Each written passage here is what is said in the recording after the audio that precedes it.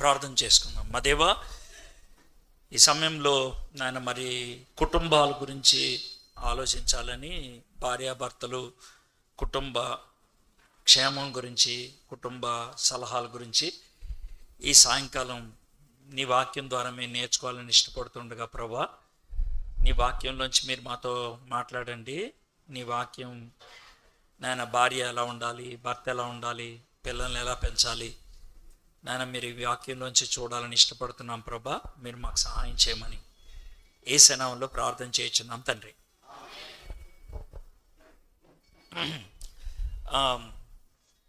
పొద్దున్న మీలో కొంతమంది వచ్చారు కాబట్టి ఒక కీర్తన మనం ధ్యానం చేశాం కదా. ఇప్పుడు కూడా ఇంకో కీర్తన మనం ధ్యానం చేస్తాం. అయితే పొద్దున్న కీర్తనల గురించి చిన్న పరిచయం ఇచ్చాను. ప్రతి కీర్తనకి కూడా ఒక నేపథ్యం, అంటే ఏ సందర్భంలో అది పాడారు, అది కనుక తెలుసుకుంటే మనకు బాగా అర్థమవుతుంది అని చెప్పాను కదా. ఇప్పుడు బైబిల్లో కొన్ని కీర్తనలకి ఒక పేరు పెడతారు. ఆ కీర్తన మీద 15 కీర్తనల మీద ఆ పేరు ఉంటుంది. 15 కీర్తనలు 120వ కీర్తన నుంచి 134వ కీర్తన దాకా మొత్తం 15 కీర్తనలు. 120వ కీర్తన నుంచి 134 దాకా ఈ 15 కీర్తనల మీద పైన ఒక మాట ఉంటుంది. ఏమని ఉంటుంది అంటే యాత్రా కీర్తన. ఉన్నదా? కరెక్టేనా? ఇవి యాత్రకి వెళ్ళేటప్పుడు పాడుకుంటారు. ఇశ్రాయేలీలు ప్రతి సంవత్సరం 3 సార్లు యెరూషలేము దేవాలయంకి వచ్చి వాళ్ళు దేవుణ్ణి ఆరాధించి బలులు అర్పించి వెళ్ళాలి. ప్రతి సంవత్సరం 3 సార్లు. అప్పట్లో రైలు బండ్లు కానీ, బస్సులు కానీ, కార్లు కానీ లేవు. నడుచుకుంటూ వెళ్ళేవాళ్ళు. ఆడవాళ్ళు అంటే గర్భిణీ స్త్రీలు ఎవరినంటే వాళ్ళు కానీ, ముసలోళ్ళు ఎవరినంటే వాళ్ళని గాడిద మీద కూర్చోబెట్టుకొని తీసుకెళ్తూ ఉండేవాళ్ళు. ఆ విధంగా వాళ్ళు యెరూషలేం పట్టణానికి వెళ్ళి దేవుణ్ణి ఆరాధించి మళ్ళీ వచ్చేవాళ్ళు. కొన్నిసార్లు వాళ్ళ యొక్క ప్రయాణం వెళ్ళటానికి ఒక 4 రోజులు 3 రోజులు, రావడానికి 3-4 రోజులు ఇలా పడుతుంది. మధ్యరాత్రులు ఎక్కడో చోట ఆగుతారు, మళ్ళీ పగలంతా కూడా ప్రయాణం చేస్తారు. ఇది వాళ్ళు చేసే పని. అయితే వీళ్ళు ప్రయాణం చేసేప్పుడు ఏం చేస్తారంటే మగోళ్ళంతా ఒక చోట ప్రయాణం చేస్తారు, ఆడోళ్ళంతా. ఉదాహరణకి ఈ ఊరు నుంచి ఒక 10 కుటుంబాలు వెళ్తున్నారు అనుకోండి. ఈ 10 కుటుంబాలు అబ్బాయిలంతా అంటే మగోళ్ళంతా ఒక జట్టు కట్టుకుంటారు, ఆడోళ్ళంతా ఒక జట్టు కట్టుకొని వాళ్ళు పాడుకుంటూ వెళ్తారు అన్నమాట. 12 ఏళ్ళు దాటిన పిల్లలు, బాబులు ఉంటారే, 12 ఏళ్ళు దాటిన బాబులేమో తండ్రితో ఉంటారు. 12 ఏళ్ళు లోపల ఉన్నటువంటి బాబులేమో అమ్మోళ్ళతో ఉంటారనమాట. మీకు ఒక విషయం గుర్తుంటుంది. యేసుప్రభు వారు 12 ఏళ్ళు అప్పుడు దేవాలయంలో అమ్మా నాన్నలు మర్చిపోయారు. ఎందుకు మర్చిపోయారు తెలుసా? వీళ్ళు దేవాలయంలో వెళ్ళారు కదా, 12 అయ్యాట. లెక్క ప్రకారం ఏంటంటే బాబుని తండ్రి తీసుకెళ్ళాలి. అంటే 12 ఏళ్ళు దాటింది కదా, ఇక తండ్రి తీసుకెళ్ళాలి. అయితే తండ్రి మర్చిపోయాడు. అమ్మేమో నాన్న దగ్గర ఉన్నాళ్లే అని అనుకున్నారు. నానేమో వెళ్ళేప్పుడు నేను తీసుకెళ్ళలేదు కదా, అమ్మ దగ్గర ఉన్నాళ్లే అని అనుకున్నారు. ఒకరోజు ప్రయాణం చేసిన తర్వాత వాళ్ళు రాత్రిపూట బస్ చేసేప్పుడు అందరు కలుసుకుంటారు కదా. కలుసుకొని ఏసేడు అని అంటే, అరే నీ దగ్గర ఉన్నాడు అనుకున్నా, అరే నీ దగ్గర ఉన్నాడు అనుకున్నాను నేను. సరే అని గబగబా మళ్ళీ వెనక్కి వెళ్తే ఏసే అక్కడ కూర్చొని యాజకులతో పెద్దోళ్ళతో మాట్లాడుతూ ఉన్నాడు. అంటే ఇది మీకు ఎందుకు చెప్పానంటే అప్పుడు ఆ విధంగా జరగడానికి కారణం అదనమాట. సరేనా? సరే, వీళ్ళు వెళ్ళేటప్పుడు వచ్చేటప్పుడు ఈ పాటలు పాడుకుంటూ ఉంటారు, యాత్రా కీర్తన. ఈ యాత్రా కీర్తనలకు ఉన్నటువంటి ఒక లక్షణం ఏంటి అని అంటే, ఈ కీర్తనలు ప్రాముఖ్యమైనటువంటి పాఠాలు. ఈ ప్రాముఖ్యమైనటువంటి పాఠాలు ఎప్పుడు పాడుకుంటూ ఉండాల్సిందే. ఎప్పుడు అప్పట్లో పుస్తకాలు అందరి దగ్గర ఉండే కావు కదా. ఏదైనా ఒక మంచి పాఠం నేర్పించాలంటే, ఏదైనా ఒక మంచి విషయం నేర్పించాలనుకుంటే పాట నేర్పించేసేవాళ్ళు. ఆ పాట వాళ్ళ పిల్లలకి వాళ్ళ పిల్లలకి అలా నేర్పించుకుంటూ వెళ్తూ ఉంటారు. ఇంకప్పుడేమవుతుందంటే ఆ పాటలో ఉండిపోతుంది అనమాట. కాబట్టి ఈ యాత్రా కీర్తనలో అలాంటి ప్రాముఖ్యమైన పాఠాలు ఉంటాయి. ముఖ్యంగా 127, 128 ఈ కీర్తనలు కుటుంబం గురించి. కుటుంబం, ప్రతి వాళ్ళు కుటుంబంలో ఉంటారు కదా, కుటుంబంలో ఎవరు ఎలా ఉండాలి అన్నది ఇందుట్లో ఉన్నటువంటి పాటలు. ఈరోజు మనం 128 కీర్తన చూద్దాం. తీస్తారా? 128 కీర్తన. 128 కీర్తనకి 6 వచనాలు. ఈ 6 వచనాలు నేను మీకు వివరిస్తాను. పొద్దున మీకు 7 వచనాలు చూపించాను కదా, ప్రతి వచనాన్ని మీకు వివరించుకుంటూ వెళ్ళాను. ప్రతి వచనం, దాన్ని ఏది వదిలిపెట్టలేదు. ఇప్పుడు కూడా అంతే, ఈ 6 వచనాల్ని బాగా వివరిస్తాను. పొద్దున్న 147 కీర్తనలో మనం చూసింది కృతజ్ఞత గురించి. దేవునికి స్తోత్రము, గానము, దేవుణ్ణి కీర్తించటం, దేవుణ్ణి మెచ్చుకోవటం, దేవునికి హల్లెలూయా చెప్పటం. దాని గురించి ఎప్పుడు, ఎందుకు, ఎలాగూ అనే దాన్ని పొద్దున చూసాం. మరి ఇప్పుడు మన కుటుంబంలో అమ్మ ఉంటుంది, నాన్న ఉంటాడు, పిల్లలు ఉంటారు, భార్య ఉంటుంది, భర్త ఉంటారు, పిల్లలు ఉంటారు. వీళ్ళు ఎలా ఉండాలని దేవుడు కోరుకుంటున్నాడు, అది మనం తెలుసుకోవాల్సింది అవుతుంది. సరేనా? అయితే ఓ చిన్న మాట. ఇప్పుడు ఈ మైక్ ఉంది కదా, మీరు చూస్తున్నారు కదా ఈ మైక్. మీకు తెలిసినట్లుగా మైకులు 2 రకాలు ఉంటాయి. ఈ మైక్కి వైర్ ఏమన్నా ఉందా? లేదు. కొన్ని మైకులు ఉంటాయి, దానికి వైర్ ఉంటుంది. వైర్ ఉన్న మైక్కి వైర్ తీసేసామనుకో, పని చేస్తుందా? దీనికి వైర్ పెట్టొచ్చా? పెడితే ఏమవుద్ది? పాడైపోద్ది కదా. అయితే ఈ వైర్ లేని మైకు ఎలా వాడాలి అన్నదానికి ఇది కొన్నప్పుడు ఒక డబ్బాలో పెట్టిస్తారు. అది కొన్నప్పుడు ఆ డబ్బాలో చిన్న పుస్తకం ఒకటి పెడతారు. ఆ పుస్తకంలో దీని నుంచి అక్కడ 2 పుల్లలు ఉంటాయి. ఉన్నాయా? ఎవడన్నా? వాడున్నాయి 2 పుల్లలు. చూపించా పుల్లలు? లే, బద్దకొస్తలాగా ఉన్నాను సింగనాథం గడు. చూపి. ఆ 2 పుల్లలు ఉన్నాయి చూసారండి. ఆ పుల్లలు ఎక్కడి నుంచి అక్కడికి వెళ్తాయి సిగ్నల్. అక్కడి నుంచి మీకు స్పీకర్లోకి వస్తాయి. అది చాలు. అయితే దాన్ని ఎలా కలపాలి అన్నదానికి పుస్తకం ఇస్తాడు. అప్పుడే అది పనిచేస్తుంది. అయితే తయారు చేసినోడు ఏం చెప్తే అదే చేయాలి. మనం నా ఇష్టం వచ్చినట్లు చేస్తానంటే ఇది పని చేస్తుందా? పనిచేయదు, అస్సలు పనిచేయదు. తయారు చేసినాడు ఏమంటాడంటే, ఇది లేదా ఇలాగా గల్లగల్లగా, అది పెదాల దగ్గర పెట్టుకొని బొమ్మేస్తాడు. ఇక్కడ పెట్టుకొని ఇలా మాట్లాడాను. నేను ఇలా పెట్టి మాట్లాడితే పని అవుద్దా? అవదు, అవదు, అవదు. ఎందుకంటే తయారు చేసినోడు ఇలాగే పెట్టుకొని మాట్లాడితే పని అవుతుందని చెప్పాడు. ఇలా పెట్టుకొని మాట్లాడితే పని అవుతుంది. ఎంత దూరం పెట్టుకొని మాట్లాడితే ఏ సౌండ్ వస్తుంది.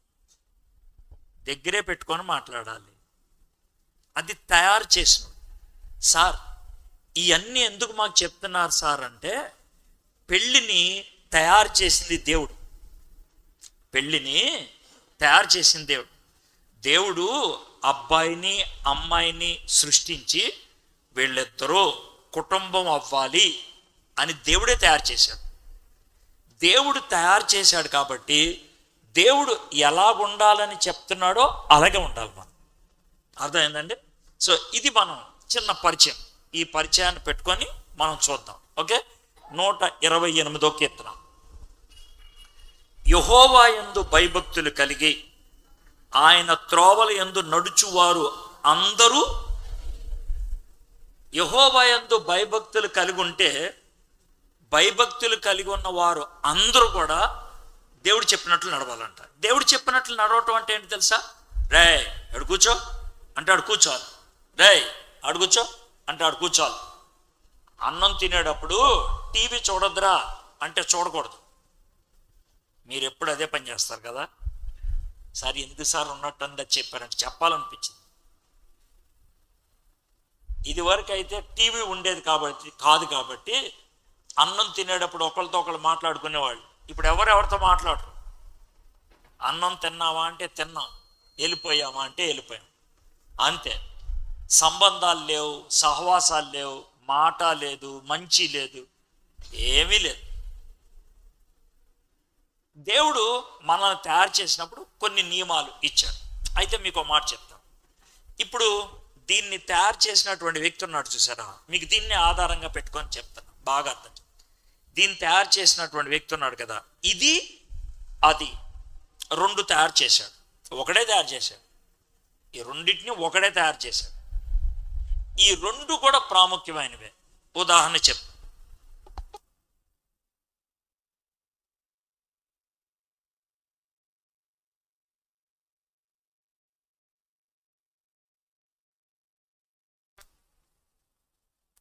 ఇది ఆన్ చేయాలి.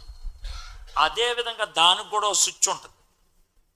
అది ఆపేసామనుకో, ఇది ఆన్ చేసినా పనిచేయదు. ఇది భార్య అనుకోండి, అది భర్త. మీకు అర్థమైంది కదండి? ఇది భార్య అయితే అది భర్త, పోనీ అది భార్య అయితే ఇది భర్త.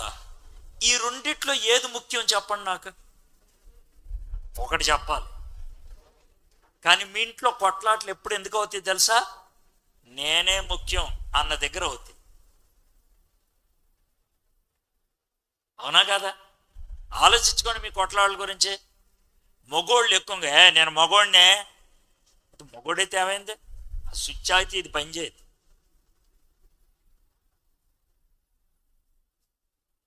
అయితే సార్ మీరు చెప్పేది బాగానే ఉంది, కానీ దేవుడు మగోళ్ళని ఆడోళ్ళని ఒకేలాగా తయారు చేశాడా? ఇది మీకు వచ్చేటువంటి ప్రశ్న. చూద్దాం, చిన్న చిన్న వచనాలు చూపించి ఈ కీర్తనలోకి వస్తే చిన్న పరిచయం. ఆది కాండం, ఈ ఒకసారి మాత్రం కొంచెం పక్కకి వెళ్తానే. ఆది కాండం మొదటి అధ్యాయం, ఆది కాండం మొదటి అధ్యాయం 26వ వచనం చదువుతాను. ఆది కాండం మొదటి పేజీక చాలా సులభంగా తీసేయచ్చు. నేను చదువుతాను. దేవుడు మన స్వరూపమందు మన పోలికే చొప్పున నరులను చేయడం, వారు సముద్రపు చేపలను, ఆకాశ పక్షులను, పశువులను, సమస్త భూమిని, భూమి మీద ప్రాకు ప్రతి జంతువుని ఏలుదిరగాక అని పలికాను. ఇది దేవుడు అనుకున్నాడు. మనకి ముగ్గురు ఉంటారుగా, తండ్రి, కుమార, వాళ్ళు ముగ్గురు కూర్చొని మాట్లాడుకొని మన పోలిక చొప్పున మనం నరులు చేద్దాం అని అన్నారు. అయితే ఆ ముగ్గురులో ఒక ఆయన వెళ్ళి ఇప్పుడు ఏం చేశాడో చూద్దాం. ఇప్పుడు 27వ వచనం చదువుతాను. దేవుడు వారిని, 27వ వచనం, దేవుడు తన స్వరూపమందు నరుని సృజించారు.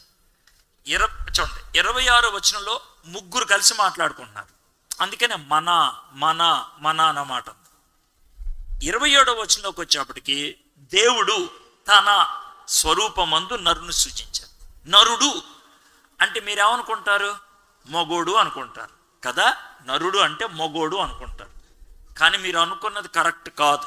ఎందుకో చెప్తాను చూడండి.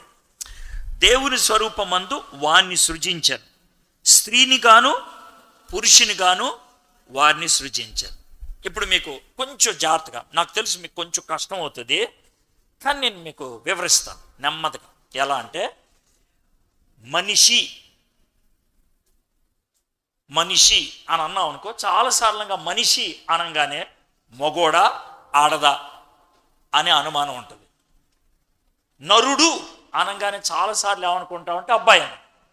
కానీ నరుడు అనే మాట బైబిల్లో 2 విధాలుగా వాడతారు. జాగ్రత్తగా 2 విధాలు. ఒకటి ఏంటంటే మగోడు గురించి, ఇంకోటి ఏంటంటే మానవ జాతి గురించి.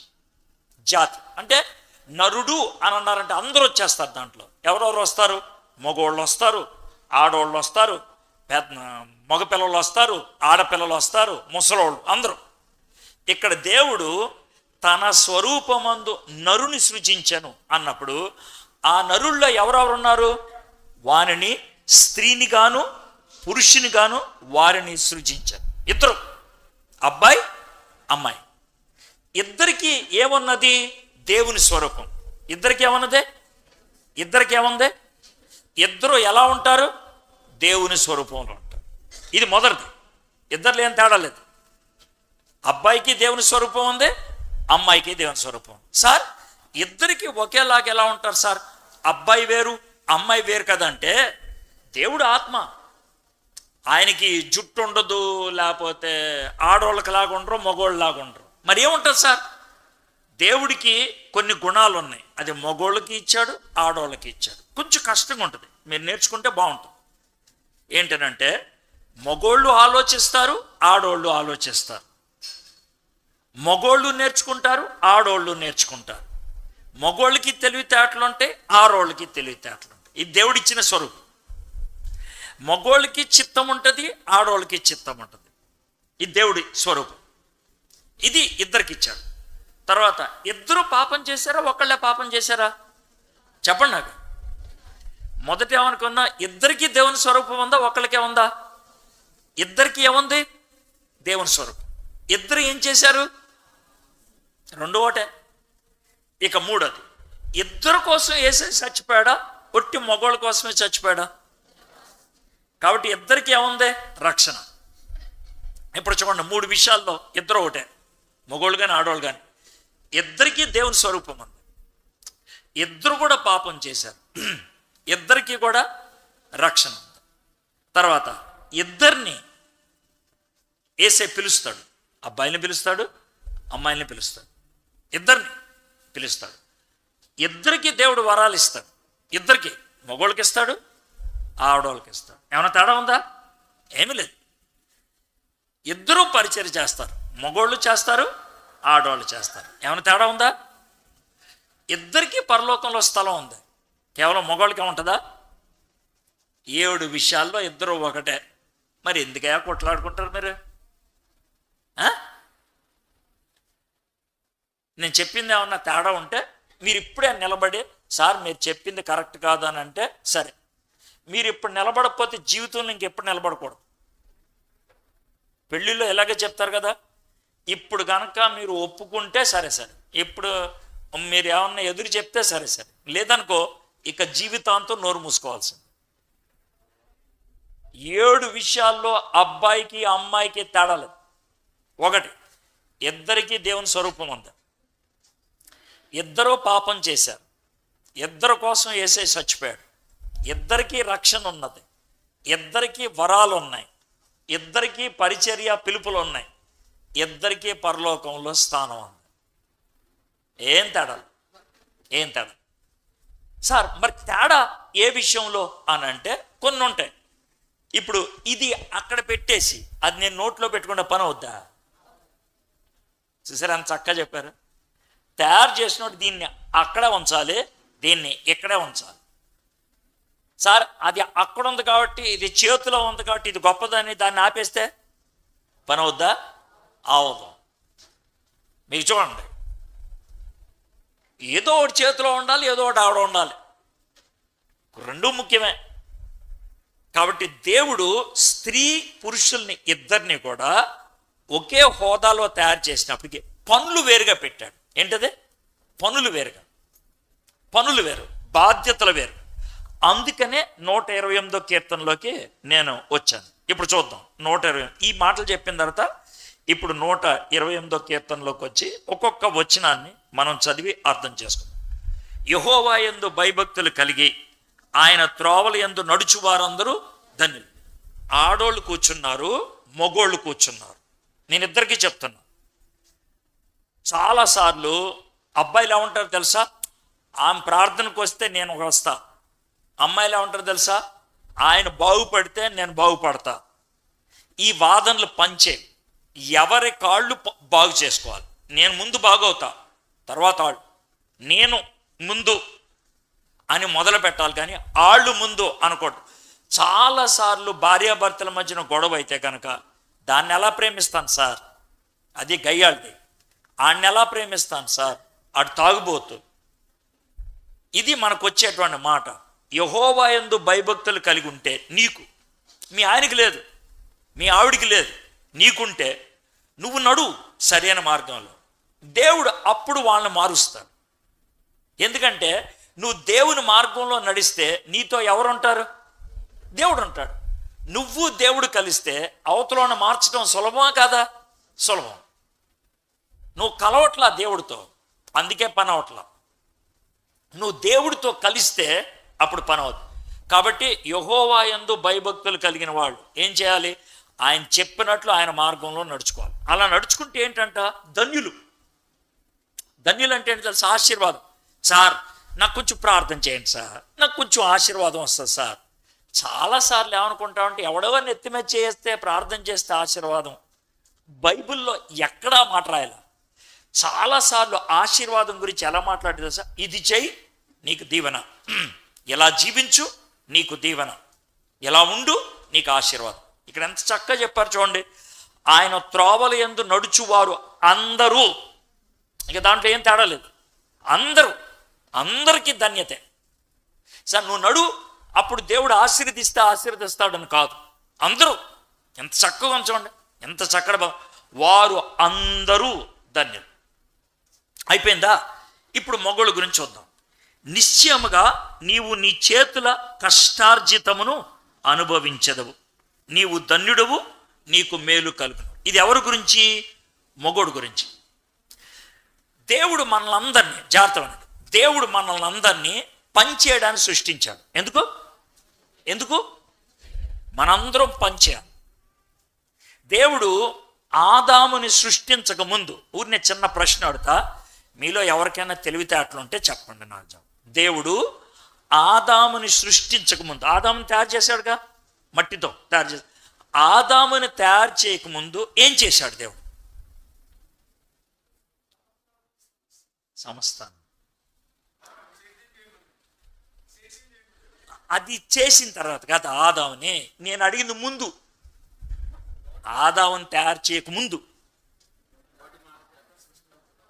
ఓకే, నేను దానికి ముందు చివరిగా చేసింది ఒక్కటి చెప్పండి అన్న. ఆదాముని తయారు చేయకముందు చివరిగా చేసింది ఒక్కటి చెప్పండి.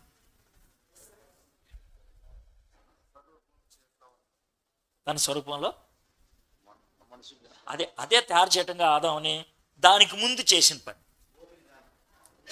అది ఎప్పుడో ముందు చేశాడు. మొత్తం చరిత్ర వద్దు, ఒక ఐటెం చెప్పండి అన్న. ఏమంటారు?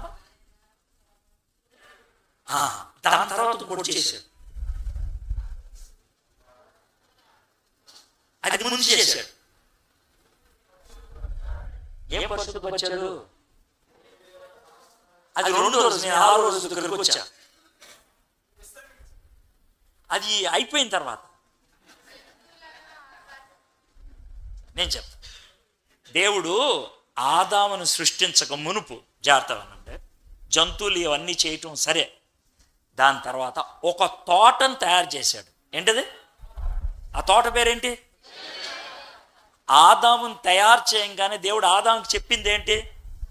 ఏ తోట నీకు చేశా, దీంట్లో పనిచేయి, అంతే కదా. దేవుడు ముందు తోట తయారు చేసి ఆ తర్వాత తోటమాలని తయారు చేశాడు. నీకు అర్థమైందా? దేవుడు ముందు తోటను తయారు చేసి ఆ తర్వాత తోటమాలిని తయారు చేశాడు. అర్థమైందా?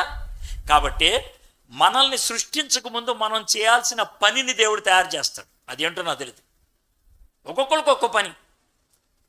కాబట్టి దేవుడు మనకిచ్చిన పని చేయటం మొదటి పని. ఇప్పుడు ఈ ఫ్యాన్, ఒకవేళ మీరు వచ్చారు, పాపం ఇక్కడ కూర్చున్న ముగ్గురు ఎందుకు కూర్చుంటారు? గాలి వస్తుందని కూర్చొని ఉంటారు, అంటే తప్పేం లేదులే. ఆ ఫ్యాన్ తిరగడం అయిపోయింది అనుకోండి,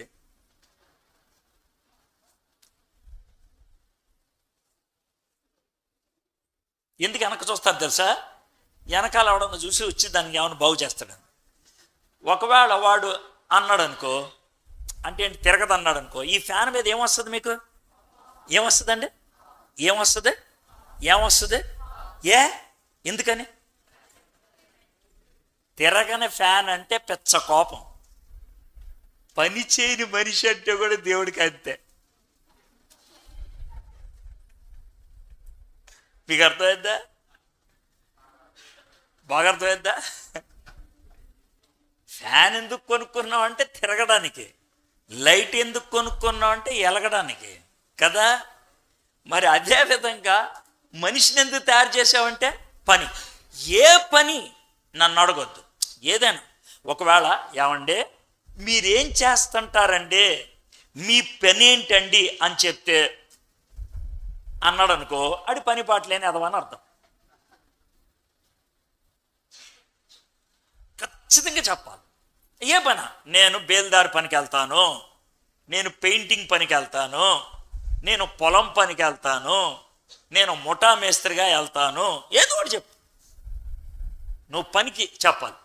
ఇంకో విషయం చెప్తాను, మనం చేసే పని మనకి గుర్తింపు అంటే తెలుసా? నువ్వు ఎవడవరా? నేను వడ్రంగిని. రేయ్ నువ్వు ఎవడవరా? నేను ముఠా మేస్త్రిని. రేయ్ నువ్వు ఎవడవరా? నేను డాక్టర్ని. రేయ్ నువ్వు ఎవడవరా? నేను ఇంజనీర్ని. అది మన గుర్తింపు. యేసు ప్రభు వారికి ఉన్న పేర్లో ఒక పేరేంటి తెలుసా? వడ్రంగి కుమారుడు. అంటే వాళ్ళ నాన్నగారి గుర్తింపు ఏంటి? వడ్రంగి. అర్థమైంది కదండి? గుర్తింపు, మనకు గుర్తింపు. అయితే ఇక్కడ ఉన్న మగోళ్ళకి నేను చెప్తున్నా ఏంటంటే, పని చేసేవాళ్ళు, ఇక్కడ కూర్చున్న వాళ్ళలో ఎవరైనా పని పాట లేని వాళ్ళు ఉంటే మీరు అడ్డగాడితో సమానం. ఏం సమానం? దేనికే? అడ్డగాడి, పని లేని ఎదవలు అని అర్థం. పని చేయాలి, ఏదో పని చేయాలి, కూలి పని చేయి, ఏదో పని చేయి, నీకంటూ ఓ పని ఉండాలి. పని పాట లేకుండా ఊరుకునే ఉంటే దేవుడు ఇష్టపడ్డు. నువ్వు పని చేయాలి. ఒకవేళ ఇక్కడ కూర్చున్న వాళ్ళకి ఎవరికైనా లోన కొత్తలాడుతూ ఉంటే, ప్రభా నన్ను క్షమించని అడగటమే కానీ నా మీద పళ్ళు అని కొరికితే నీకేం అవ్వదు, నాకు కూడా ఏమవ్వదు. నేను అస్సలు ఫీల్ అవును.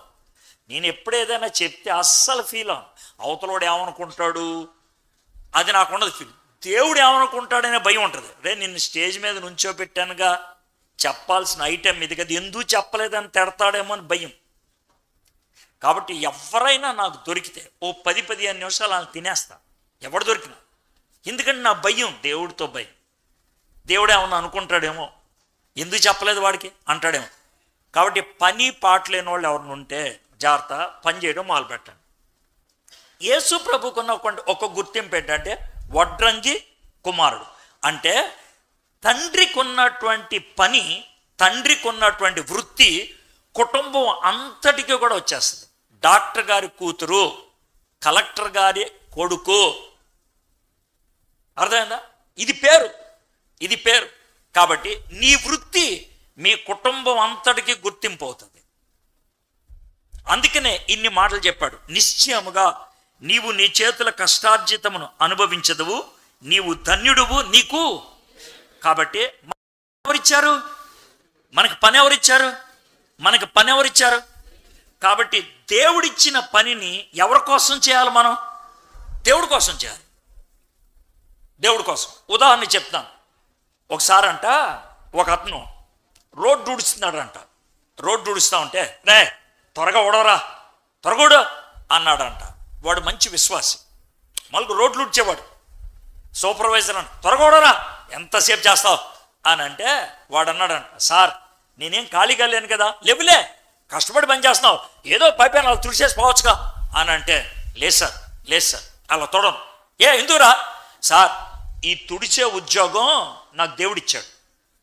తుడిచే ఉద్యోగం దేవుడిచ్చాడు కాబట్టి నేను రోడ్డు తుడిచి వెళ్ళిపోయిన తర్వాత ఒకవేళ దేవుడు ఈ రోడ్డు మీద నడుస్తూ ఏమనాలనుకుంటా తెలుసా?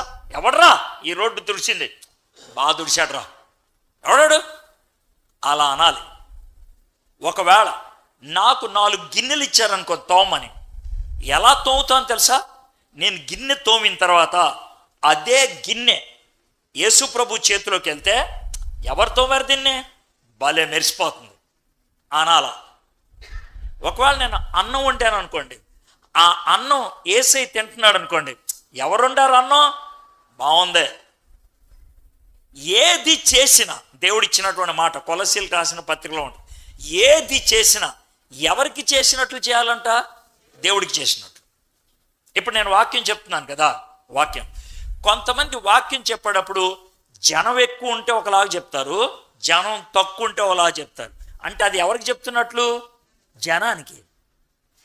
ఎవరన్నా పెద్దోళ్ళు కూర్చున్నారు అనుకోండి పక్కన, వీళ్ళ స్వరం మారిపోతుంది, వీళ్ళ సబ్జెక్ట్ మారిపోతుంది, వీళ్ళ మాటలు మారిపోతాయి.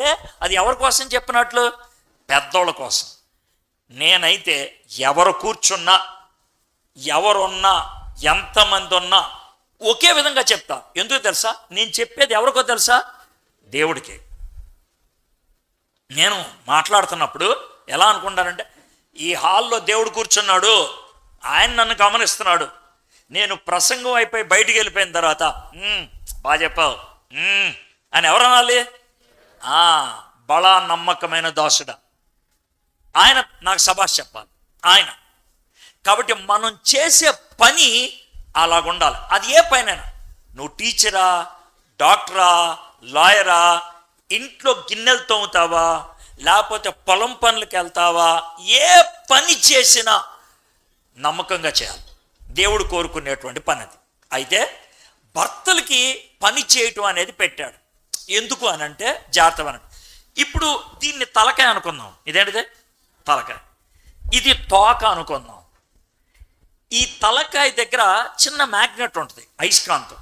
అందుకనే దాంట్లో మాట్లాడితే అది లాక్కొని అప్పుడు స్వరం బయటికి వెళ్తుంది. అయితే నేను ఇలా మాట్లాడానుకో పని అవుద్దా? అవ్వదు. దాన్ని తయారు చేసినాడు అలా తయారు చేశాడు దేవుడు. జాగ్రత్త వినండి, ఆడోళ్ళు వినాలి, మగోళ్ళు వినాలి. దేవుడు మగోడిని తయారు చేసినప్పుడు మగోడిని ఒకలాగా తయారు చేశాడు, ఆడోళ్ళని ఒకలాగా తయారు చేశాడు. ఇద్దరు ఒకేలాగా ఉంటే వాళ్ళు భార్యాభర్తలు ఎందుకు అవుతారు? అవలే.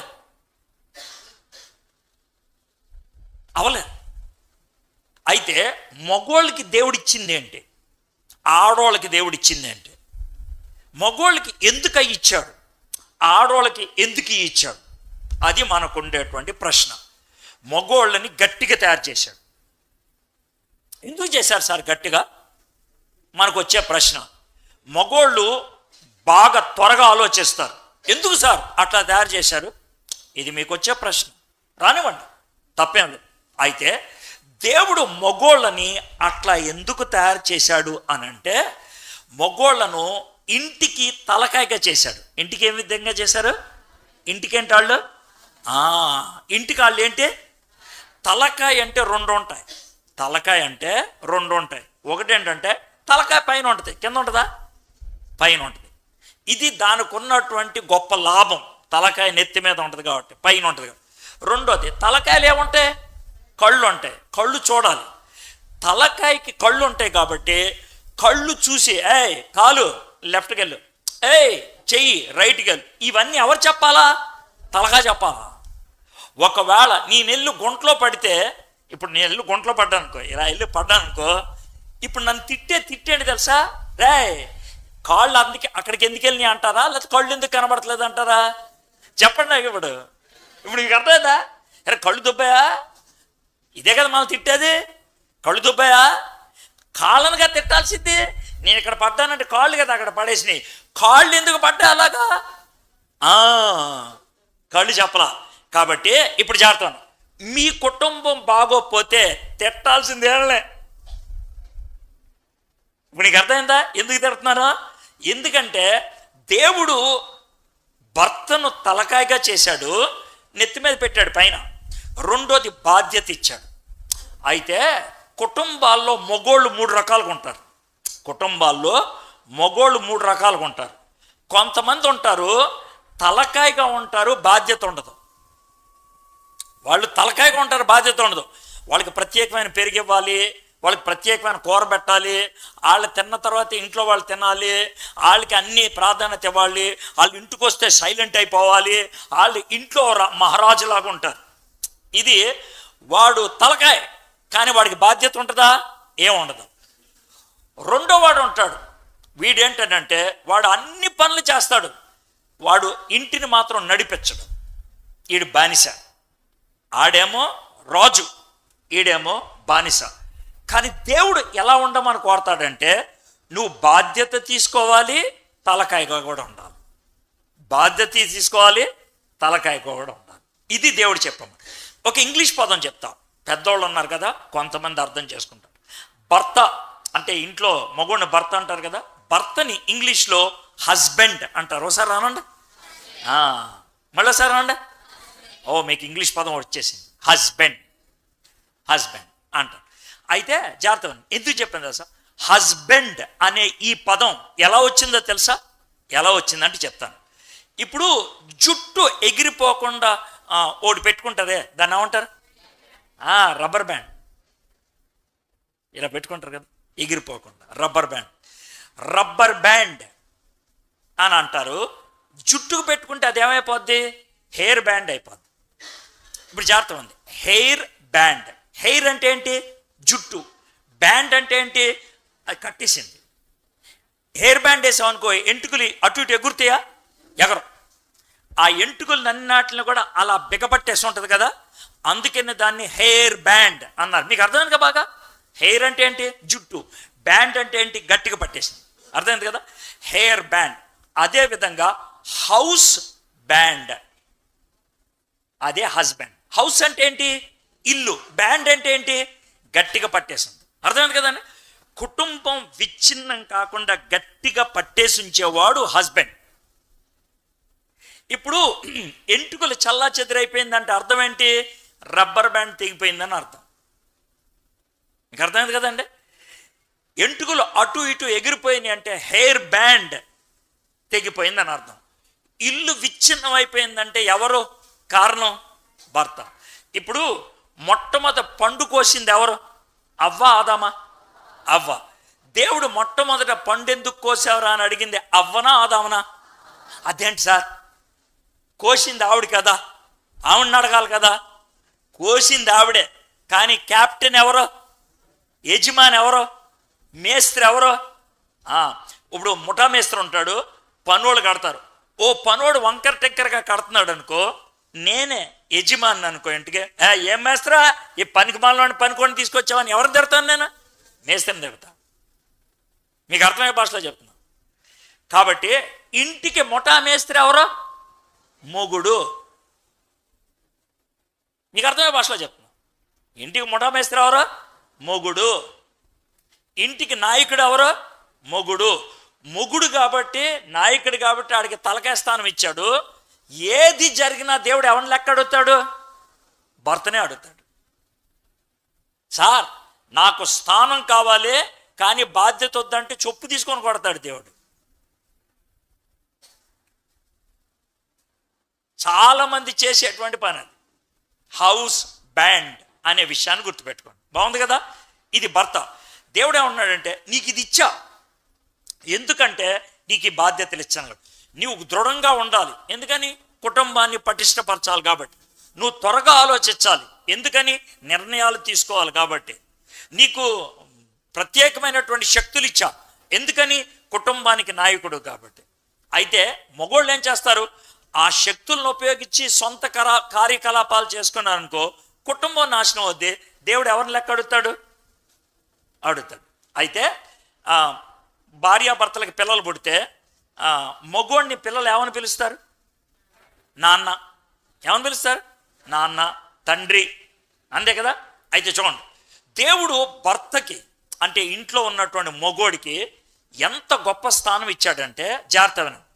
యేసు ప్రభువారిని ఒకసారి శిష్యులు, అయ్యా మాకు కొంచెం ప్రార్థన నేర్పించమా అని అడిగారు. గుర్తుందా? కూర్చొని శిష్యులు అడిగితే అప్పుడు నేర్పించారు. ఏం ప్రార్థన నేర్పించారు చెప్పండి నాకు ఒకసారి. చెప్పండి ప్రార్థన ఏంటో. పరలోకమందున్న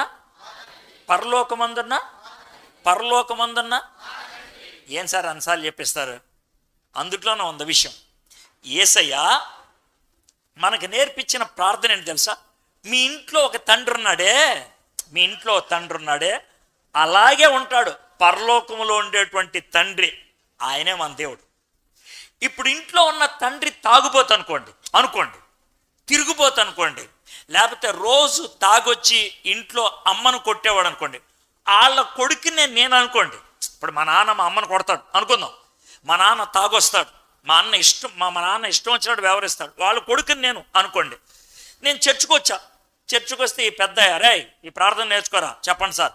పరలోకమందున్న మా తండ్రి. ఓ మన నాన్న లాంటి వాడే దేవుడు. అబ్బో అయితే ఈ దేవుడి దగ్గర రాకూడదు రోయి. మా నాన్న మా అమ్మను కొడుతున్నాడు, మా నాన్న అబద్ధాలు ఆడుతున్నాడు, మా నాన్న తాగుతున్నాడు, మా నాన్న నన్ను కొడతాడు, మా నాన్న నన్ను పట్టించుకోడు. ఓ దేవుడు అలా ఉంటాడా? అమ్మో ఈ దేవుడు వద్దురా.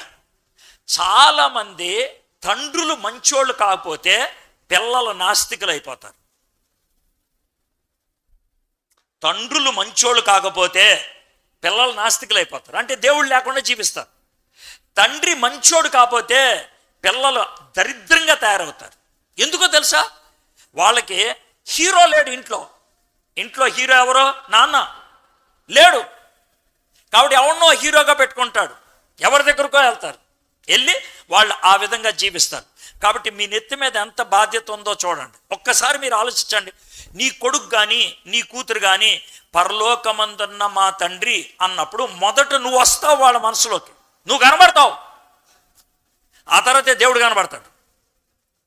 నువ్వు ఎలా కనబడతావు? నీ కొడుక్కి నువ్వు కూతురికి తాగుబోతానా, తిరుగుబోతుగానా, 2-3 అమ్మాయిల దగ్గరికి వెళ్ళేవాళ్ళలాగానా, నమ్మకం లేనివాడిగా, మాటిచ్చి నెరవేర్చని వ్యక్తివా, చేతకానోడువా, పని పాట లేకుండా తిని అడ్డగాడిదలాగా తిరిగే ఎదవా? నీ పిల్లలకి అలా కనబడుతున్నావు నువ్వు? నేను ఎవరి గురించి ఆడట్లా, నీ గురించి ఆడుతున్నా. నీకు దమ్ముంటే చెప్పమాట. నా కొడుక్కి నా కూతురికి నేను గౌరవప్రదంగా కనబడతా చెప్పు, దమ్ముంటే. లేకపోతే ఎందుకు కూర్చున్నా కుర్చీ మీద? ఎందుకు కూర్చున్నాడా?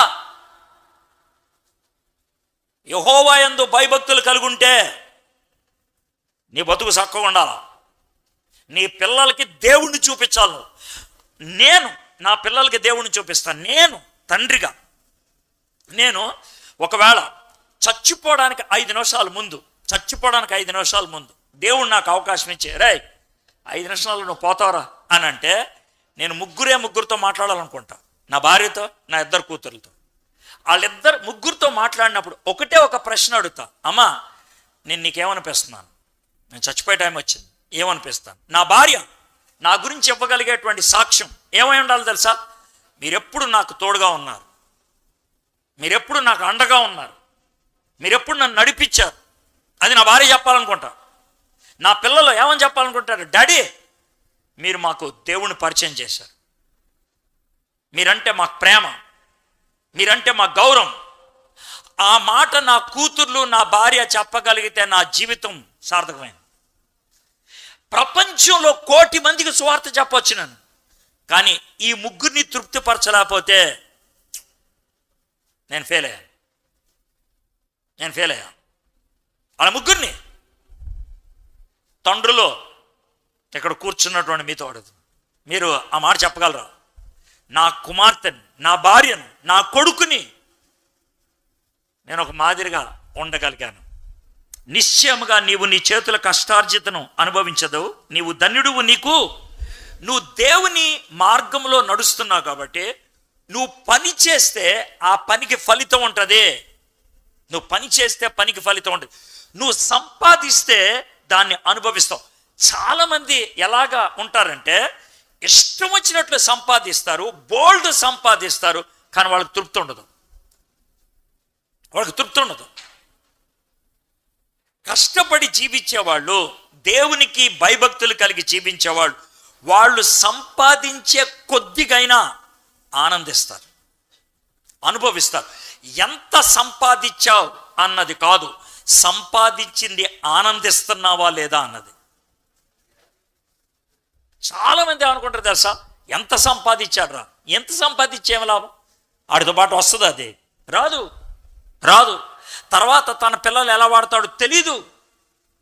ఇది మొదటిది, భర్త గురించి అయిపోయింది. ఇప్పుడు 3వ వచనం, నీ లోగిట నీ భార్య ఫలించు ద్రాక్షావల్లి వలె నుండును. మరి మీకు ద్రాక్షావల్లి తెలుసో లేదో నాకు తెలియదు. మా బెంగళూరులో చాలా ద్రాక్ష తోటలు ఉంటాయి, అయితే మీకు అర్థం అవడానికి చెప్తున్నాను. ద్రాక్షావల్లి అనేది మీకు అర్థం కాదు. మల్లె తీగ అర్థమవుతుందా? మల్లె చెట్టు, మల్లె పాదు అర్థమవుతుందా? మల్లె పాదు వేసామనుకోండి, ఆ పాదుకి మంచి పువ్వులు రావాలంటే, లేదనంటే బీరకాయ, లేకపోతే పొట్లకాయ, దోసకాయ, ఇలాంటి కాయలు వేసేటువంటి పాదు వేసామనుకోండి, కాయలు బాగా రావాలంటే ఏముండాలి? ఖచ్చితంగా ఏముండాలి?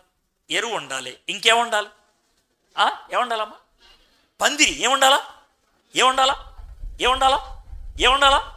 పందిరి. జాగ్రత్త. ఇక్కడ భార్యను దేంతో పోల్చారంటే పాదుతో పోల్చారు. దేంతో? మరి మొగుడు ఏమవుతాడు? పందిరి.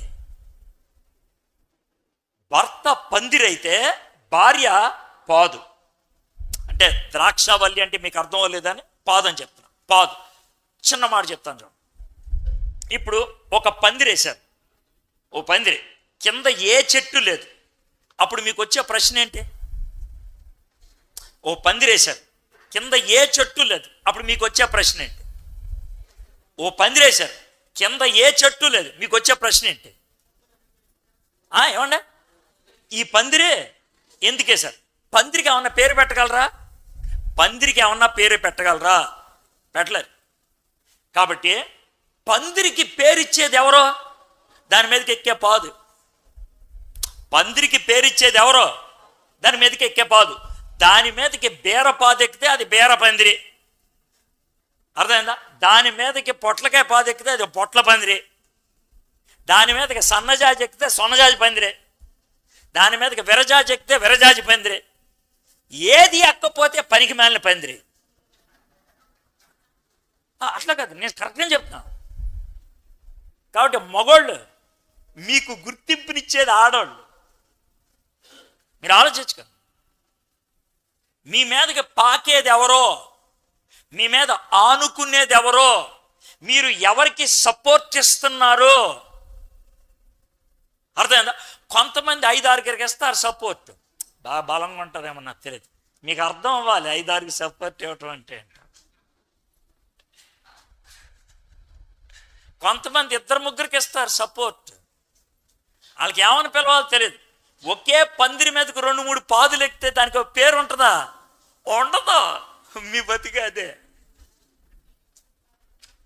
ఒకటే పాదు ఎక్కాలి దాని మీదకి, దానికి అప్పుడు ఆ పందిరికి ఒక పేరు ఉంటుంది. ఇక్కడ ఎక్కింది ద్రాక్ష వల్లి, అందుకే దాన్ని ద్రాక్ష పందిరి అంటారు. అవునా కదా? అయితే జాగ్రత్త అండి, పందిరి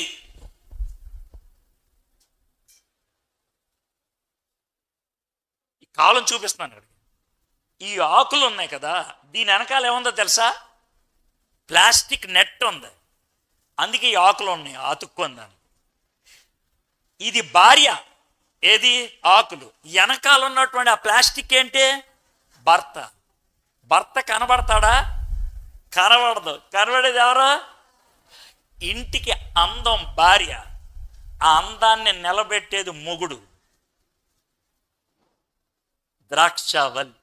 ఇప్పుడు ఆ అలంకారం ఉపయోగించినప్పుడు దాంట్లో ఎన్ని విషయాలు ఉన్నాయో చూడండి, ఎన్ని విషయాలు ఉన్నాయి.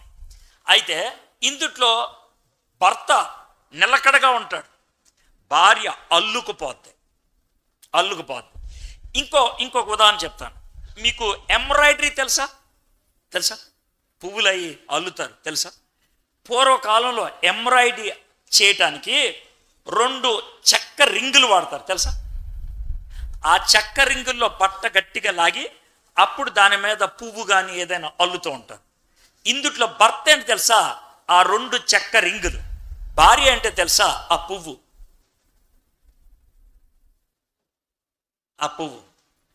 ఇప్పుడు దేవుడు ఏం చెప్తున్నాడంటే, భర్త కుటుంబం విచ్ఛిన్నం కాకుండా కాపాడితే ఇలాగా భార్య లోన ఇంటిని అల్లేస్తూ ఉంటుంది.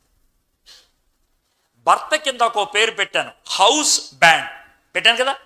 ఇప్పుడు భార్య పేరు ఏంటి తెలుసా? వీవర్. వీవర్ అంటే అల్లుకుపోయేది. భార్య అల్లుకుపోద్ది, వైఫ్. భర్త పటిష్టంగా ఇంటిని కాపాడతారు, హౌస్ బ్యాండ్. కుటుంబాన్ని విచ్ఛిన్నం కాకుండా చేసేది భర్త అయితే, కుటుంబాన్ని లోన కట్టేది ఎవరు? భార్య. వీళ్ళిద్దరిలో ఎవరు ముఖ్యం చెప్పండి నాకు? ఎవరు చెప్పండి? ఇద్దరు. మనకి ఈ విధమైనటువంటి వ్యత్యాసం తెలియక నేనే మొత్తం చూసేదే, నేనే అని సింగనాదం పలుకుతూ ఉంటారు ఒకళ్ళు. ఇద్దరు ప్రాముఖ్యం. భార్య అల్లుకుపోతూ ఉంటుంది, భర్త దాన్ని పటిష్టంగా పట్టేవాడుగా ఉంటూ ఉంటాడు. అయితే ఇప్పుడు జాగ్రత్త, కొన్ని తేడాలు ఉంటాయి భార్య భర్తలకి తేడాలు. ఏంటో చెప్తాను, ఒక తేడా చెప్తాను. ఏంటనంటే, ఇంట్లో భర్త లేడు ఆ రోజు, ఎవడో వచ్చాడు, వచ్చి ఏదో గొడవ పెట్టేసి వెళ్ళిపోయాడు అనుకుందాం. వచ్చి వెళ్ళిపోయాడు. కొద్దిసేపటికి భర్త వచ్చాడు.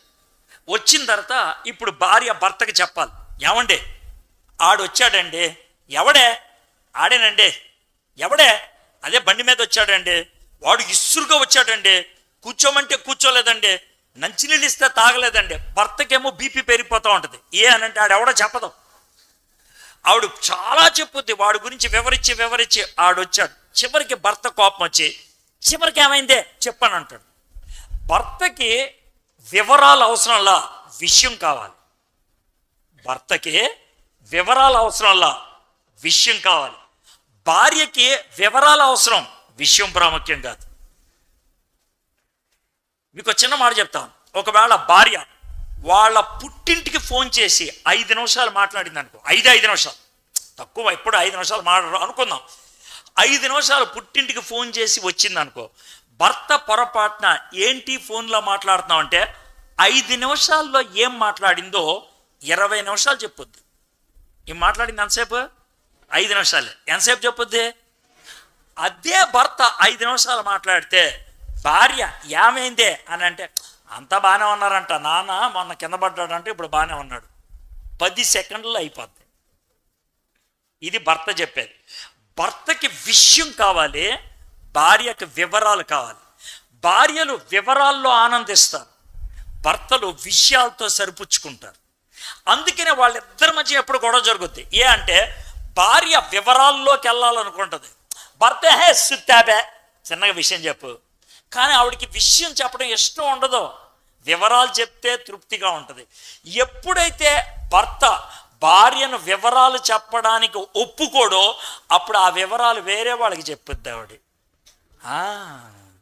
నిజం. ఒక విధంగా చెప్పాలంటే కూర్చొని భార్య చెప్పే మాటలు వింటే, భార్య చెప్పే మాట ఏంటి తెలుసా? నన్ను ప్రేమించే భర్త ఉన్నాడని. ప్రేమించే భర్త అంటే కౌగులించుకొని 3 ముద్దులు పెట్టక్కర్లా, ఆవిడ చెప్పే మాటలు వినే చెవులు కావాలి. లేరు మనకేంటి, చాలా సందర్భాల్లో వినే భర్తలు లేరు. కాబట్టి ఎవరు వింటారా వాళ్ళకి చెప్పేసుకుందాం అంటారు.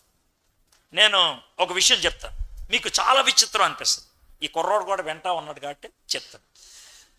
ఇదే విజయవాడ అమ్మాయి అనకూడదు, పెద్దమ్మ. ఆమెకు ఆమె భర్తకి సరిగ్గా ఉండట్లా. ఆవిడ చెప్పే మాట అది నిజమో కాదు తెలియదు. తాగుబోతండి, నన్ను సరిగ్గా చూడండి. మీరేం చేస్తూ ఉంటారండి? నేను కాలేజీలో లెక్చరర్, ఆవిడ కాలేజీలో లెక్చరర్ విజయవాడ. అయితే ఆవిడ వేరే ఊరు వెళ్ళిపోయింది. ఈయన వచ్చి నాకేమని చెప్తున్నాడు అసలు, చెప్పకుండా ఉంటే బాగుంటుంది అంటున్నాడు. అదే ఆయన చెప్పి, చెప్పకపోతే ఎట్లా? వెళ్ళిపోయి అక్కడుండి ఇప్పుడు ఎవరితో ఉంటుందో తెలుసా? ఆవిడ ఎవరితో ఉంటుందో తెలుసా? తన కాలేజీలో జాయిన్ అయిన స్టూడెంట్ ఉన్నాడే, ఆ స్టూడెంట్తో ఉంటుంది. ఈమెకు ఇంజనీరింగ్ చదివే కూతురు ఉంది. ఇంజనీరింగ్ చదివే కూతురు కాలేజీలో జాయిన్ అయిన అబ్బాయితో సెటిల్ అయిపోయింది. కబుర్లు వినేవాళ్ళు లేడు. జాగ్రత్త, ఇద్దరు జాగ్రత్త. అందుకనే మల్లె తీగ మల్లె పందిరికి గుర్తింపస్తుంది. అయితే ఈ ఆకులు ఉన్నాయి కదా, ఈ ఆకులు ఉండాలంటే ఖచ్చితంగా ఏముండాలి? వెనకాల పందిరి ఉండాలా? పందిరి లేకుండా ఆకులు ఈ డిజైన్ ఇవ్వగలవా? ఇవ్వలేవు. భర్త లేకపోతే ఆనుకోవడానికి భార్యకి ఏముండదు. భార్యాభర్తలు ఒకళ్ళ మీద ఒకళ్ళు ఎంత బాగా అవసరతను చూసుకోవాలో చూడండి. ఇది తెలియక మనం అనవసరంగా కొట్లాడుకుంటాం, భర్త భార్య. ఇప్పుడు భర్త బిగింపుగా ఉంటాడు, ఎందుకంటే కాపాడాలి. భార్య అల్లుకుపోయేది. అందుకే భర్తకి ఒక పని చెప్పాడు, భార్యకు ఒక పని చెప్పాడు. భర్తకి ఏమని పని చెప్పాడు తెలుసా? భర్తలారా మీరు ప్రేమించండి. ఎవరిని? భార్యని. మీ భార్యల్ని ఏం చేయాలి? ప్రేమించాలి. ఎలా ప్రేమించాలి దాన్ని కూడా చెప్పాడు. ఎఫెసీయులకు రాసిన పత్రిక 5వ అధ్యాయం. ఎలా చెప్పాడు? యేసుక్రీస్తు సంఘాన్ని ఎలా ప్రేమించాడో అలా ప్రేమించాలి. యేసుక్రీస్తు సంఘాన్ని ప్రేమించినప్పుడు సంఘం మంచిదా? కాదే. సంఘం ఇష్టపడిందా? కాదే. సంఘం చంపడానికి రెడీ అయింది, కానీ ప్రేమించలేదు ఆయన. ఆ ప్రేమ ఎలా వస్తుందో తెలుసా? జాగ్రత్తగా ఈయన చెప్తున్నాను, నేను చెప్తున్నాను. అయితే ఇప్పుడు నేను నెక్స్ట్ లెవెల్కి వెళ్తాను. ఆ ప్రేమ ఎలా వస్తుంది సార్? పుస్తకాలు చదివితే వస్తుందా? రాదు. ప్రార్థన చేస్తా వస్తుందా? రాదు. బైబిల్ చదివితే వస్తుందా? రాదు. పాటలు పాడితే వస్తుందా? రాదు. చర్చికి వెళ్తే వస్తుందా? రాదు. సేవ చేస్తే వస్తుందా? రాదు. మరి ఆ ప్రేమలో వస్తుంది, యేసయ్య ప్రేమను అనుభవిస్తే వస్తుంది. ఒకటే మార్గం, ఆ ప్రేమను నేను అనుభవించాలి, ఆ ప్రేమను నేను అందించాలి. ఇంక వేరే మార్గం లేదు. ఆ ప్రేమను నేను అనుభవించాలి, ఆ ప్రేమను నేను అందించాలి. ఒకటి, నిన్న ప్రేమించావు, ఈరోజు లేదు, ఈరోజు గొడవ అయిపోద్ది. పొద్దున్న ప్రేమించావు, మధ్యాహ్నం లేదు, గొడవ అయిపోద్ది. ఎప్పుడు దేవుని ప్రేమను మొగోడు పొందుతూనే ఉండాలి, ఆ దైవ ప్రేమను భార్యకు అందిస్తూనే ఉండాలి. అప్పుడు ఆ కుటుంబం పటిష్టంగా ఉంటుంది. ఇది భర్తకి. మరి భార్యకి ఏం చెప్పాడు?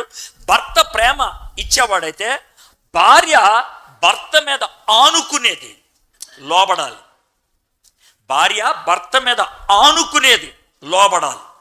ఇక్కడ నుంచి సిగ్నల్స్ వస్తాయి, దానికి ఒకటే పని తీసుకోవటం, దీనికి ఒకటే పని పంపించడం. ఇది పంపించాలి, అది తీసుకోవాలి. అది పంపిస్తానంటే ఇది తీసుకోదు. దేవుడు ఒకళ్ళని పంపించేవాడుగా చేశాడు మగోడు, ఒకళ్ళని స్వీకరించేవాడుగా చేశాడు భార్య. దేవుడు తయారు చేశాడు అలా. అప్పుడే వాళ్ళిద్దరూ ఒకటి అవ్వగలరు, అప్పుడే వాళ్ళిద్దరూ పనిచేయగలుగుతారు, ఒకటిగా ఉండగలుగుతారు. భార్య, నువ్వు లోబడాలి. ఎలా లోబడాలి? క్రీస్తు తండ్రికి లోబడ్డాడే అలాగా, సంఘము క్రీస్తుకు లోబడిందే అలాగా. లోబడటం ద్వారా నీకు గౌరవం వస్తుంది, లోబడటం ద్వారా నీకు బలం వస్తుంది, లోబడటం ద్వారా నీకు శక్తి వస్తుంది. ఇది భార్యాభర్తలు చెప్పింది. ఈ రెండు అయిపోయింది. ఇప్పుడు మూడోది వద్దాం. నీ భోజనపు బల్ల చుట్టూ నీ పిల్లలు ఒలీవ మొక్కల వలె. 2వ వచనంలో భర్త గురించి చూసాం, 3వ వచనంలో భార్య పిల్లల గురించి చూస్తాం. నీ భోజనపు బల్ల చుట్టూ నీ పిల్లలు ఒలీవ మొక్కలు. ఏ మొక్కలు? ఒలీవ మొక్కలు ఎందుకు ఉపయోగించాడు అని అంటే మీకు చెప్పాలి. ఒలీవ మొక్క కానీ ఖర్జూరపు మొక్క కానీ దానికి ఒక గుణం ఉన్నది. ఏంటి అని అంటే, కొత్తగా ఒక ఒలీవ మొక్క వేసిన, ఖర్జూరపు మొక్క వేసిన దానికి కాయలు రావడానికి 5, 6, 7 సంవత్సరాలు పడుతుంది. అయితే కొన్ని ఒలీవ మొక్కలు ఉంటాయి, 2వ సంవత్సరంలోనే కాయలు వచ్చేస్తాయి. ఎప్పుడు వస్తాయి అంటే, ఇప్పుడు ముదిరిపోయినటువంటి ఒలీవ మొక్క ఉంటుందే, దానికి పక్కన పిలకలు వస్తాయే, ఆ పిలకని లాక్కెళ్ళి వేసామనుకో 2వ సంవత్సరం కాయ వచ్చేస్తుంది. ఇక్కడ అందుకని ఆ మాట ఉపయోగించారు. ఇశ్రాయేల్ దేశంలో ఎవడైనా సరే ఒలీవ మొక్కను కొత్తగా వేయడు, విత్తనం నాటు, పిలకలు తీసుకెళ్ళి పాకేస్తాడు. ఈ మాట ఎందుకు ఉపయోగించారంటే, భర్త దేవుని ప్రేమను పొందుతూ ప్రేమను అందించేవాడైతే, భార్య క్రీస్తుకు వలె సంఘం ఏ విధంగా లోబడిందో భర్తకు లోబడుతూ ఉంటే అప్పుడు ఏమవుతుందో తెలుసా? పిల్లలంట ఒలీవ మొక్కల వలె ఉంటారు. అంటే ఏంటి తెలుసా? చిన్నప్పుడే, చాలా చిన్నప్పుడే భయభక్తుల్లోకి వచ్చేస్తారు. చాలా చిన్నప్పుడే. మీరు చిన్న పిల్లల్ని పొద్దున్న నుంచి చాలాసార్లు చెప్తున్నాడు ఈసారి, పిల్లల్ని జాగ్రత్తగా కూర్చోపెట్టుకోండి, పిల్లల్ని జాగ్రత్తగా కూర్చోపెట్టుకోండి. మీకు ఒక మాట చెప్పంటారా? మీకు అవకాశం దొరికితే ఒక మసీదులోకి వెళ్ళి మీరు ఒకవేళ మసీదులో కూర్చున్న వాళ్ళందరిని చూస్తే పెద్దోళ్లే కానీ చిన్నోళ్లే కానీ ఎవ్వరు కూడా అటు ఇటు తిరగరు. పెద్దోళ్లే కానీ చిన్నోళ్లే కానీ ఒకేసారి లేస్తారు, ఒకేసారి మోకరిస్తారు, ఒకేసారి సాష్టాంగ పడతారు. అక్కడ అటు ఇటు తిరగరు. అక్కడ ఉన్నటువంటి చిన్న పిల్లలకి మర్యాద నేర్పిస్తారు. హిందువులు పూజ చేసేటప్పుడు పిల్లల మర్యాదగా కూర్చుంటారు లేదా? హిందువులు కూర్చోగలుగుతున్నారు, ముస్లింలు కూర్చోగలుగుతారు. మన పిల్లల్ని ఎందుకు కూర్చోపెట్టలేకపోతున్నాం మనం? ఎందుకో మీకు ఇంట్లో కుటుంబ ప్రార్థన ఉంటే ప్రతిరోజు ఒక పావుగంట, అరగంట కలిసి ఒక వాక్యం చదువుకొని కుటుంబం అంతా ప్రార్థన చేసుకోవడం అలవాటైతే చర్చిలోకి వచ్చి కూర్చోవడం అలవాటు అవుతే, వాళ్ళకి ఇంట్లో అలవాటు లేదు. ఎలా వస్తారు వాళ్ళు? కూర్చోమంటే ఎలా కూర్చుంటారు? ఎక్కడ పడితే వాళ్ళకి దురద వస్తుంది. అప్పుడే 1కి వస్తుంది, అప్పటికే 2కి వస్తుంది, అప్పుడే కూర్చోలేరు వాళ్ళు. అలవాటు చేయలేదు. చిన్నప్పుడే భక్తి నేర్పించాలి. ఒకప్పుడు అనుకునేవాళ్ళు పెద్ద అయిన తర్వాత భక్తి వస్తుందిలేని. కాదు, నేర్పించాలి. సమయంలో నేర్పించకపోతే చెయ్యి దాటిన తర్వాత ఏం చేయలేం. బైబిల్ పండితులు ఏమంటారో తెలుసా? మారు మనసు పొందటానికి అతి పెద్ద వయసు ఎంత అంటే 14 ఏళ్ళు అన్నారు. 14 ఏళ్ళు దాటిన వాళ్ళు మారు మనసు పొందడం కష్టం అంట. ఎన్రగా ఎన్రో అయ్యగారు, అందుకే మీకు మొత్తుకొని చెప్పేది, అందుకే సార్ ఆ వయసు లోపలే సువార్త వినాలి, ఆ వయసు లోపలే మార్పు చెందాలి. దాడితే ఇంకెవడేం చేయలేడు. అందుకనే చర్చికి వస్తారు, నటిస్తారు, పాస్టర్ గారు ఏమన్నా అనుకుంటారు. చాలామంది కుర్రోళ్ళు నేను మీడియాలో పనిచేస్తా, క్వైర్లో ఉంటా, మ్యూజిక్ వాయిస్తా అంటారు. వాళ్ళకి మారు మనసు ఉంటుందా? నాకు డౌటే.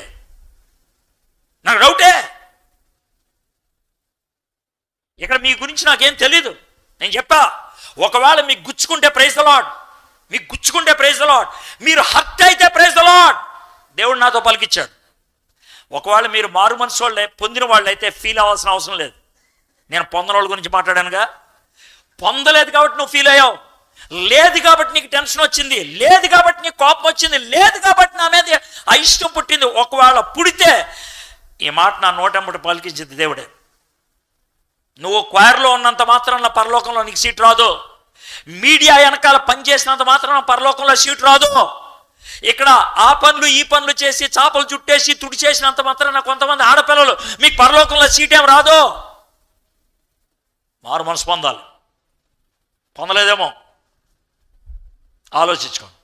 ఒలీవ మొక్కల వలెనుందురు, యెహోవా యందు భయభక్తులు గలవాడు ఈలాగు ఆశీర్వదింపబడు. 1వ వచనం 4వ వచనం మనం అప్పుడప్పుడు బ్రెడ్ స్లైసులు పెట్టుకుంటామే, మధ్యలో జామ్ కానీ ఏమైనా పెడతామే. 2-3 వచనాలు జాములు అంటే, 1-4 వచనాలు బ్రెడ్ స్లైసులు అంటే ధన్యత, ఆశీర్వాదం. సరే, వాళ్ళ కుటుంబం ఎలా ఉంటుందంట? 5వ వచనం, సియోనులో నుండి యెహోవా నిన్ను ఆశీర్వదించను, నీ జీవిత కాలమంతయు యెరూషలేమునకు క్షేమము కలుగుట చూచెదవు. సియోను అంటే మందిరం, యెరూషలేము అంటే మందిరం. దేవుని ఎడల భయభక్తులు కలిగినటువంటి కుటుంబం, జాగ్రత్త చెప్తున్నా పాస్టర్ గారు, మిగిలిన వాళ్ళంతా, దేవుని ఎడల భయభక్తులు కలిగిన కుటుంబం వాళ్ళు ఏ చర్చికి వెళ్తున్నారో, ఏ మందిరానికి వెళ్తున్నారో ఆ మందిరములో చురుకుగా ఉండడానికి ఇష్టపడతారు. మీ మందిరానికి వచ్చే వాళ్ళు ఎవరైనా చురుగ్గా లేరంటే వాళ్ళ కుటుంబ వ్యవహారం సరిగ్గా లేదని అర్థం, దేవునితో వాళ్ళకి సంబంధం సరిగ్గా లేదని అర్థం.